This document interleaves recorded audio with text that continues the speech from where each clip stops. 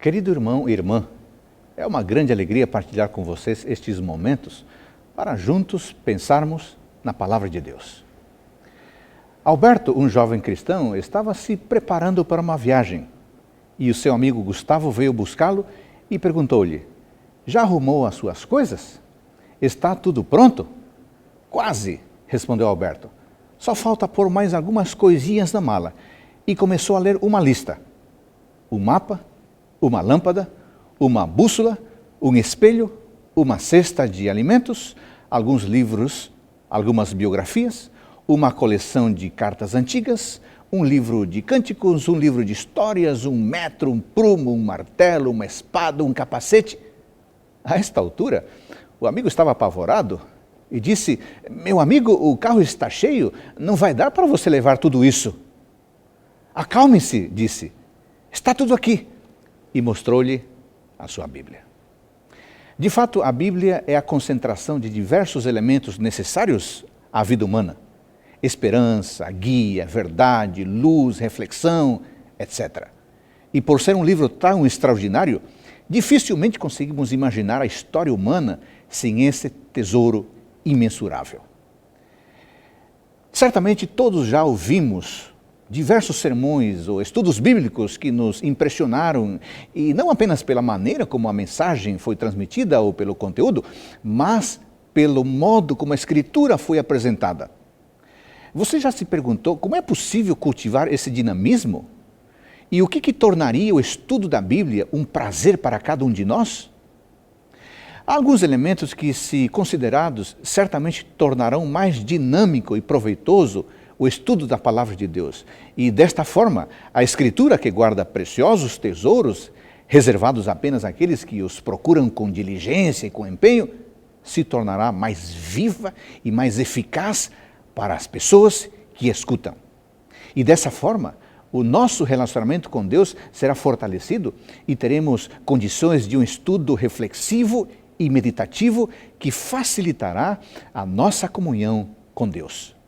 A seguir, eu quero partilhar com vocês 4 princípios fundamentais para o estudo da Bíblia. Princípio número 1, saber fazer as perguntas certas. Em primeiro lugar, o segredo de um estudo dinâmico da Bíblia é saber fazer as perguntas certas. As questões podem ser informativas. As questões informativas são aquelas que requerem apenas a explanação de fatos. Ao mesmo tempo em que são mais simples, as perguntas informativas também em pouco contribuem para o aprofundamento da percepção bíblica. Estes são alguns exemplos de perguntas informativas. Quantos livros tem o Antigo Testamento? Com quantos anos morreu Matusalém? Que livros da Bíblia foram escritos pelo apóstolo Paulo? Quais são os evangelhos sinóticos? Além disso, as perguntas também podem ser interpretativas. Estas perguntas são cognitivamente superiores às perguntas informativas, porque requerem entendimento do que está sendo dito ou do que está sendo explanado. Por exemplo, qual é a diferença entre o livro de João e os evangelhos sinóticos? O que significa a expressão "até 2.300 tardes e manhãs e o santuário será purificado"? Como aceitar Jesus como o Senhor da nossa vida? Quais são as semelhanças e diferenças entre as 3 parábolas de Lucas capítulo 15?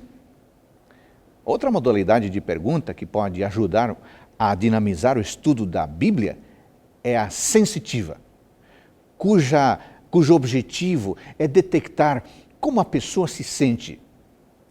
A vantagem desse tipo de questão é que ela sai do nível puramente cognitivo, intelectual, lidando com os aspectos sentimentais e emocionais da pessoa.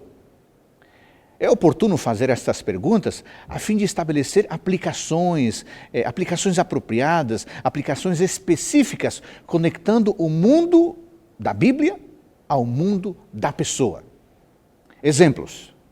Depois de ter estudado o Salmo 23, de que modo você crê que pode experimentar Deus como pastor da sua vida? Ou o fato de ter Cristo como intercessor no santuário celestial faz diferença em sua vida? E como é que faz essa diferença? Ou quem sabe esta pergunta, o estudo do Salmo 91 tem trazido paz à sua vida? Descreva seu sentimento a este respeito. Naturalmente, um proveitoso e dinâmico estudo da Bíblia precisa encontrar aplicação à vida pessoal. Isso garante o desejo de continuar dedicando esforço à leitura da Palavra de Deus. É por isso que um outro tipo fundamental de pergunta, é a que pode ser chamada de pergunta aplicativa, cujo objetivo é mostrar a utilidade da Palavra de Deus. É como se a pessoa estivesse afirmando, e daí? No que isso pode me ajudar na minha vida pessoal? Estes são alguns exemplos de perguntas aplicativas.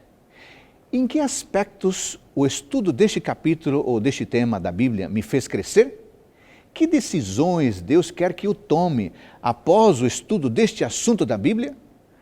Ou, nos últimos meses, que mudanças familiares o estudo da Bíblia tem me provocado?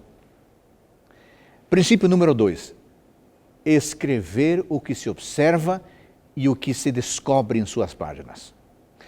O estudo dinâmico da Bíblia requer escrever o que se observa, registrar o que se descobre ao estudar a Palavra de Deus. Normalmente, a nossa percepção e a nossa compreensão clara de um texto ocorrem, de fato, quando registramos as nossas ideias a respeito daquilo que nós descobrimos. Na verdade, esta é a diferença entre ler a Bíblia e estudar a Bíblia. Quando nós lemos a Escritura, os nossos olhos se concentram naquilo que selecionamos, e quando nós estudamos, nós tomamos cuidadosa atenção, prestamos cuidadosa atenção naquilo que nos impacta. E isso acaba tornando o estudante sério da Palavra de Deus capaz de compreender, e por isso ele registra as suas impressões, as suas compreensões, as suas reações àquilo que ele lê.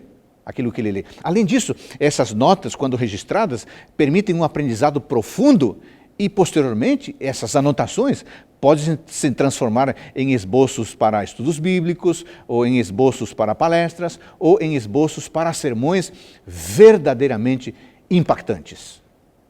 Terceiro princípio para dinamizar a Palavra de Deus, o estudo: valorizar não apenas a explicação, mas sim também a aplicação. Um terceiro aspecto, então, que contribui para o estudo significativo da Bíblia é lembrar que o objetivo do estudo bíblico é a sua aplicação e não apenas a sua explicação ou interpretação. Isso significa que todos os esforços na compreensão da Palavra de Deus têm a finalidade de aplicá-la à vida diária. Afinal, como dizia o conhecido evangelista inglês Dwight Moody, a Bíblia não foi dada para aumentar o nosso conhecimento. A Bíblia foi dada para mudar a nossa vida. Isso não quer dizer que devemos privilegiar a aplicação da Bíblia em detrimento, em prejuízo de sua interpretação. Não. Afinal, uma boa explicação facilita uma adequada aplicação. Além do mais, uma abordagem apenas aplicativa da Bíblia pode ser um terreno fértil para heresias e para ensinos superficiais. Todavia, o tempo dedicado, o esforço dedicado para ser um erudito nos temas bíblicos tem pouco proveito se a Escritura não transformar de fato a nossa vida. Por isso, é necessário extrair a ideia central do conteúdo lido, explorando-o devidamente para apreender o que foi abordado. E a partir dessa essência, é importante encontrar modos para tornar essa porção, esse tema, relevante à nossa própria vida. Ainda nesse sentido, muitas vezes ficamos tão presos ao conteúdo que esquecemos que o conteúdo da Palavra de Deus é operar mudança em nossa vida.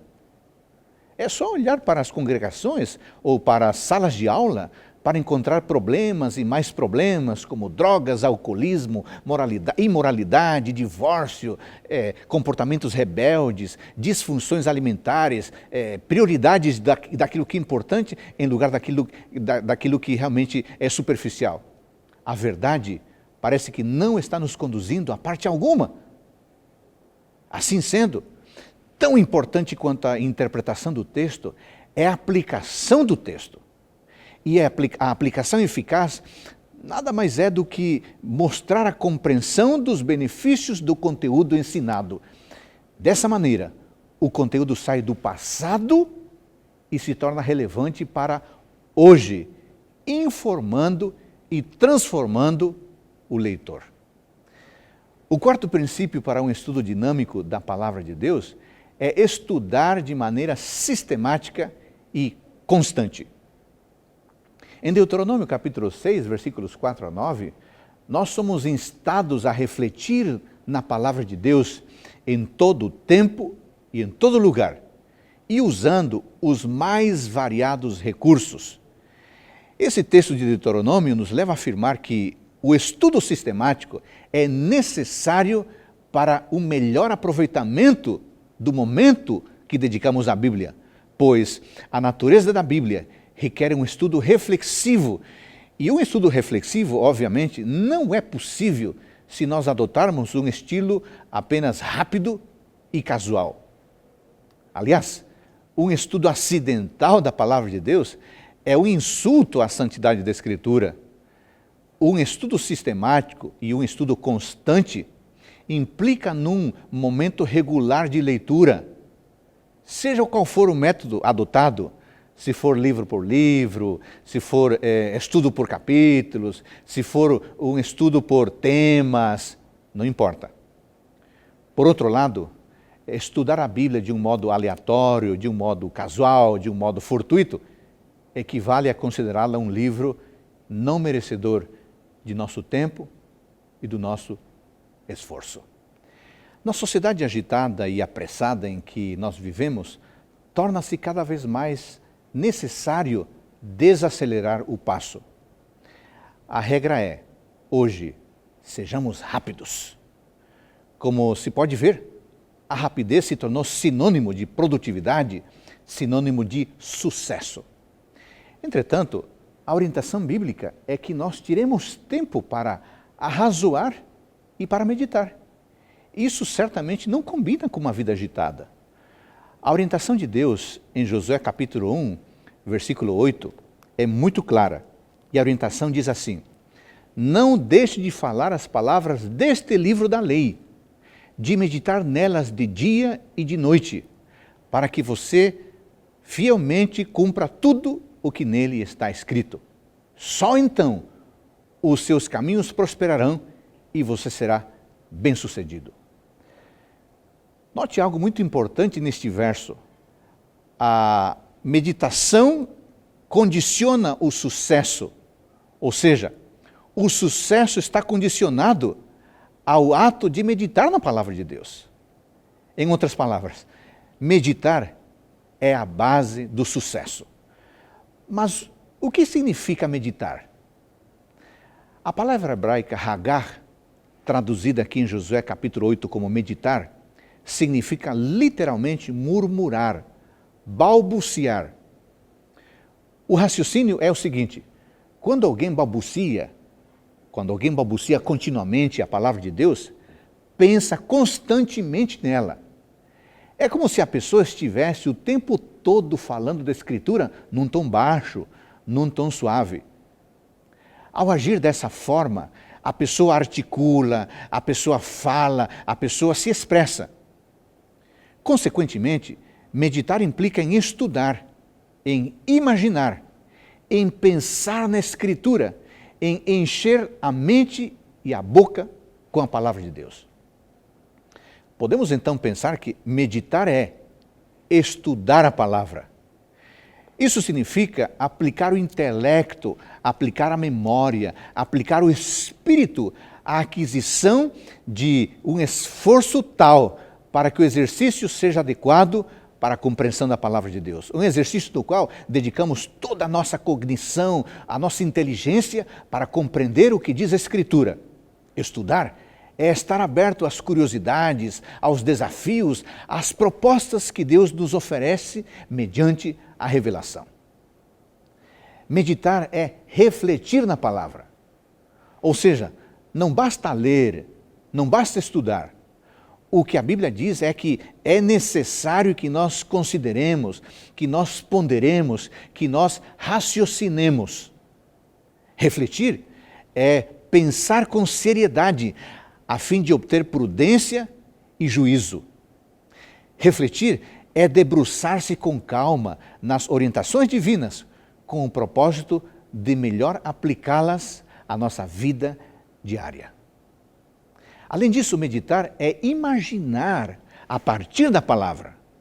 Quando nós imaginamos a palavra, nós não nos prendemos apenas à compreensão do que está escrito, mas nós também somos instados a idear, a projetar, a fazer de conta. Por exemplo, e se estivéssemos na sarça ardente, qual seria a nossa reação? O que nós sentiríamos ao atravessar o Mar Vermelho em seco, na companhia de 2 milhões de pessoas? Qual seria a nossa postura no desafio de Elias no Monte Carmelo? Como nos sentiríamos ao testemunhar a ressurreição de Lázaro? E se você estivesse perto de Jesus quando ele disse: quem estiver sem pecado, atire a primeira pedra, qual teria sido a sua reação? Meditar é também pronunciar a palavra. Ao estudarmos a palavra, ao refletirmos em seus ensinamentos, ao nos imaginarmos em seus cenários, certamente seremos levados a querer guardar na memória diversos textos ou mesmo capítulos. E havendo guardado trechos inteiros na mente, poderemos pronunciá-los durante o dia, nas pausas do trabalho ou mesmo no lazer. Dessa forma, seus relatos, mais uma vez, invadirão, se farão presentes em nossa vida diária, adentrando em nosso sentimento, em nossas emoções, em nosso intelecto, pelos nossos próprios ouvidos. Meditar também é pensar a partir daquilo que se está lendo. O resultado final desse processo é que a palavra de Deus se torna uma espécie de moldura de nossos pensamentos, uma espécie de referencial para a nossa vida. O nosso modo de pensar passa a ser construído a partir daquilo que lemos na Escritura. E logo, bem logo, as nossas ações são impactadas por nossos pensamentos que estão enraizados na palavra de Deus. Vamos deixar isso um pouco mais prático? A seguir, eu quero partilhar com vocês 5 sugestões para estabelecer o hábito de meditar na palavra de Deus. Número 1, leia a Bíblia. Separe um tempo diário, preferencialmente na primeira hora da manhã. Estabeleça isso como prioridade inegociável. Estabeleça um momento, e esse momento pode ser 10 minutos, podem ser 20 minutos, pode ser meia hora, pode ser um tempo maior. O importante é que você leia o texto previamente escolhido. E isso pode ser a partir do Reavivados por Sua Palavra, a partir do ano bíblico ou de alguma outra sugestão. Leia a Bíblia. Número 2, reflita no que acabou de ler. Havendo efetuado a leitura, pense com calma naquilo que você leu. Pense na história, pense nas palavras, pense nas figuras, pense nas pessoas envolvidas na narrativa e encontre respostas para aquilo que os temas ou as questões que foram formuladas. Ideia número 3. Use sua imaginação. Coloque-se no cenário. Coloque-se no lugar das pessoas. Faça de conta que você está na trama. O que você faria se estivesse lá? O que você não faria se você não estivesse lá? Ou se você estivesse lá? E por que você faria ou por que você não faria? Número 4. Pronuncie em voz alta alguns trechos marcantes daquilo que você leu. Podem ser versos, podem ser frases que chamaram sua atenção. Leia-os em voz alta. E dessa forma, a mente será mais fortemente impactada por aquilo que você está lendo em voz alta. Número 5. Pense e viva diferente. Lembre que a palavra de Deus não foi nos dada meramente para informar-nos. A palavra de Deus foi dada para transformar a nossa vida. Por isso, assimile os princípios, assimile as verdades aprendidas e esforce-se para colocá-los em prática imediatamente depois que você os aprendeu. Isso será possível, sabe como? Será possível pela graça e o poder de Deus e como resposta nossa ao amor que Ele revela diariamente por todos nós. A meditação na palavra de Deus tem dois objetivos claros, os quais estão interligados. Número 1, aprender a ouvir a voz de Deus. E número 2, é o propósito de ser espiritualmente mais maduro. Este segundo aspecto é chamado pelo teólogo Benjamin Maxum de formação espiritual, ou discipulado, que nada mais é do que abrir cada área da vida ao relacionamento íntimo com Deus, permitindo que Ele nos ajude a fazer a sua vontade. Desta forma, a meditação na primeira hora do dia nos capacita para que nós estejamos em conexão com Ele ao longo do dia, como autênticos discípulos de Jesus Cristo. Nesse sentido, o pastor Benjamin Maxum aponta 4 elementos-chave na formação espiritual. A visão, que é o encontro pessoal com Deus, como se estivéssemos vendo aquele que é invisível. E isso inclui também o que Ele quer fazer em nós e através de nós. O segundo elemento é o Evangelho. É aquilo que Cristo fez e aquilo que Ele faz em nós. E isso inclui a sua aplicação em todas as nossas relações. O terceiro elemento é o senhorio. Pessoalmente e em grupo, na direção, no controle, Cristo está na direção, Cristo está no controle daquilo que nós temos, naquilo que nós somos, ou seja, Cristo está no controle de tudo. E o último elemento é a presença de Deus em cada momento de nossa vida, em tudo aquilo que fazemos. Dito de outra forma, nós aprendemos a ouvir a voz de Deus na sua palavra. Nós aprendemos a ouvir a voz de Deus num encontro com Ele. Nós aprendemos a ouvir a voz de Deus quando compreendemos a sua obra por nós, o Evangelho, e quando entregamos a nossa vida, o senhorio, a Ele, e quando a sua vida nos transforma, ou seja, a sua presença em nós. Esses 4 aspectos constituem a essência de uma vida centrada, impactada por sua palavra. E qual é o resultado disso? O resultado disso é uma vida vivida em toda intensidade e em toda integridade, pautada pela referência, pelo referencial da palavra de Deus. Nós estamos falando aqui dos 4 T's, né? Tudo de mim, em resposta ao tudo de Deus, que é o tempo. Todo o meu ser dedicado a Ele, que é o templo. Todos nós envolvidos e todos nós totalmente fiéis. Como nós podemos perceber claramente, tudo começa na primeira hora do dia, mas continua ao longo da vida. Em síntese, a meditação é a palavra que orienta o nosso prepara o nosso templo, melhora os nossos talentos e valoriza o nosso tesouro. Meu irmão e minha irmã, a Bíblia é um livro impressionante. A Bíblia é um livro que tem uma unidade que realmente chama a nossa atenção. E essa unidade aponta para a sua origem divina. A singularidade da Escritura pode ser verificada em pelo menos 4 aspectos. Primeiro, ela é singular em sua produção. Embora seja um só livro, ela é formada por vários livros. Além disso, ela não é meramente uma coleção de histórias, de cartas ou outra coisa parecida, não.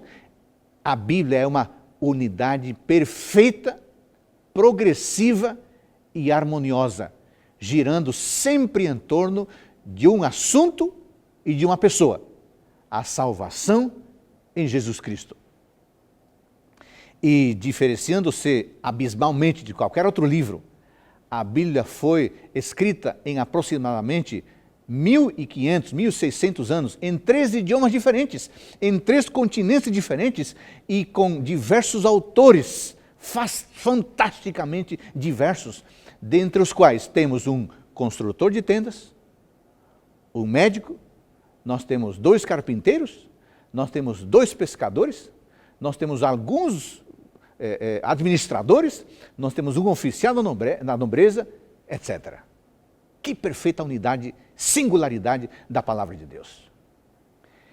Em segundo lugar, a Bíblia é singular em sua preservação. Provavelmente seja o livro mais perseguido de toda a história do mundo. De fato, muitos tentaram proibi-la, muitos tentaram destruí-la, mas seus esforços foram vãos. Ela é uma bigorna que tem esmiuçado muitos martelos. Em terceiro lugar, a Bíblia é singular em suas proclamações. Na época de sua escrita, mais de 1/4 de seu conteúdo era profético, a maior parte tendo já se cumprido com espantosa precisão. Seus temas abrangem desde o céu até o inferno, do bem ao mal, do Criador à criatura, do passado ao futuro, passando pelo presente. Finalmente, a Bíblia é singular pelo seu resultado. Como nenhum outro livro, a Bíblia influenciou e influencia profundamente a cultura, o pensamento e a história do mundo, modelando a arte, a música, a moralidade, a oratória, a lei, a política, a filosofia e a literatura. Além disso, e principalmente, a Bíblia influencia pessoas. Diante de um livro tão especial, uma espécie de dádiva do céu à terra, o que nós podemos fazer? Meu querido irmão e minha querida irmã, nós temos apenas uma alternativa correta, uma única alternativa correta. Sabe qual é? Estudar a Bíblia, amar a palavra de Deus, seguir seus preceitos. Como diz Josué capítulo 1, versículo 8, a nossa resposta deveria ser meditar nela dia e noite. Conta-se que um homem muito rico reuniu seus empregados no dia de seu aniversário, queria lhes dar um presente. O que você quer? Perguntou ao rapaz que cuidava de seu cavalo. Escolha entre a Bíblia ou estes R$100. Se eu soubesse ler, eu preferiria a Bíblia, mas como não sei ler, o dinheiro me será mais útil. Tudo bem, então pegue o dinheiro. E você? Qual é a sua escolha? A Bíblia ou R$100? Perguntou ao jardineiro. Minha esposa está doente. Neste momento eu preciso do dinheiro, respondeu o jardineiro. Raquel, já que você sabe ler, eu penso que vai querer a Bíblia, certo? Olha, patrão, eu nunca tenho tempo para ler um livro. Além do mais, com dinheiro, eu pretendo comprar um vestido novo. Faltava apenas o office boy. Guilherme, você também quer o dinheiro ou prefere a Bíblia? Patrão, minha mãe me ensinou a ler e a guardar os 10 mandamentos. Ela sempre dizia que a palavra de Deus vale mais do que todo o ouro e a prata do mundo. Se o senhor não se importar, eu prefiro a Bíblia. Deus o abençoe, garoto, e faça com que a sua escolha lhe traga riquezas, honra e uma longa vida. Guilherme recebeu a Bíblia. Ao abri-la, uma moeda de ouro caiu ao chão. E folheando rapidamente as páginas do livro sagrado, ele descobriu que havia muitas notas de dinheiro. Enquanto isso, os outros 3 empregados, compreendendo sua péssima escolha, foram embora tristes e de cabeça baixa. Querido irmão, querida irmã, ler a Bíblia é sempre uma experiência enriquecedora. As suas orientações, os seus conselhos, os seus mandamentos iluminam o nosso caminho, dão sentido à nossa experiência e nos preparam para o encontro com o seu autor. Mas ler a Bíblia não pode ser um exercício apressado ou superficial. Ao contrário, é necessário dedicar-lhe o melhor de nosso intelecto e o melhor de nosso tempo. Eu convido você a esta fascinante aventura, ler e meditar na Palavra de Deus, fazendo isso preferencialmente nas primeiras horas do dia. Afinal, Deus deve ocupar o primeiro lugar em nossa vida. Esse encontro diário nos habilitará a ter relacionamentos saudáveis e, claro, nos habilitará a cumprir cabalmente a missão. Amigos e amigas, leiamos a Escritura, meditemos nela, ouçamos a voz de Deus e sejamos transformados por ela. Neste momento, aí onde você está, eu quero que você pare e que você se concentre, porque nós vamos fazer uma oração para que Deus nos dê poder e graça para cumprirmos, para aceitarmos e para efetivarmos o desafio de meditar diariamente na sua palavra. Vamos orar? Querido Deus, muito obrigado.